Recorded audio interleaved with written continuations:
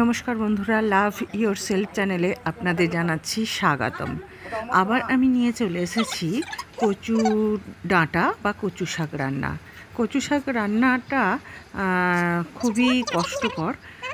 এই কচু ডাঁটাগুলো একটু কুটকুটে হলে হবে না, তাই জলে ডোবা জিনিসটা নিলে একদমই ভালো হয় না। তাই যেটা জলের উপরে হয় সেইগুলো নিতে হয় এবং একটু মোটা দেখে নিলে খুবই ভালো হয়। যাই হোক, কচু ডাঁটাগুলো আমি ভালো করে আঁশ ছাড়িয়ে কেটে নিয়েছি এবং কেটে নিয়ে ভালো করে সিদ্ধ করে তার জলটা ফেলে দিয়েছি। এবার কচুগুলো ডাঁটাটা একটুখানি ভাপিয়ে নিয়েছি। ভাপিয়ে নেবার পর এতে দিয়ে দিয়েছি তেজপাতা, শুকনো লঙ্কা, একটু জিরে, আদা বাটা, ধনে গুঁড়ো, জিরে গুঁড়ো সব রকম দিয়ে এবং লঙ্কা, হলুদ, একটু মিষ্টি দিয়ে এটাকে ভালো করে নেড়ে নিতে হবে। এরপর ভালো করে বেশ মাখা মাখা হয়ে গেলে এতে দিয়ে দিতে হবে একটু নারকেল গুঁড়ো। আর আমি একটু নতুন পদ অ্যাড করেছি, তাতে হচ্ছে চিংড়ি মাছ। চিংড়ি মাছগুলোকে ভালো করে ধুয়ে একটু নেড়ে নিলাম।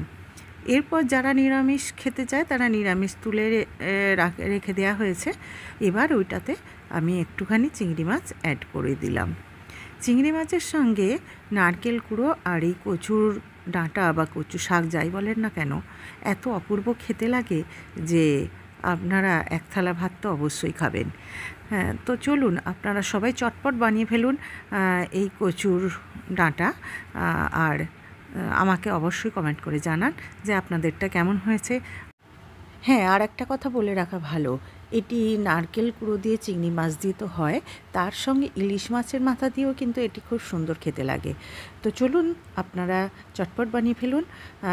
আজকের মতন আপনাদেরকে জানাই শুভরাত্রি। আর অবশ্যই অবশ্যই অবশ্যই সাবস্ক্রাইব প্লিজ, আপনাদের সাবস্ক্রাইব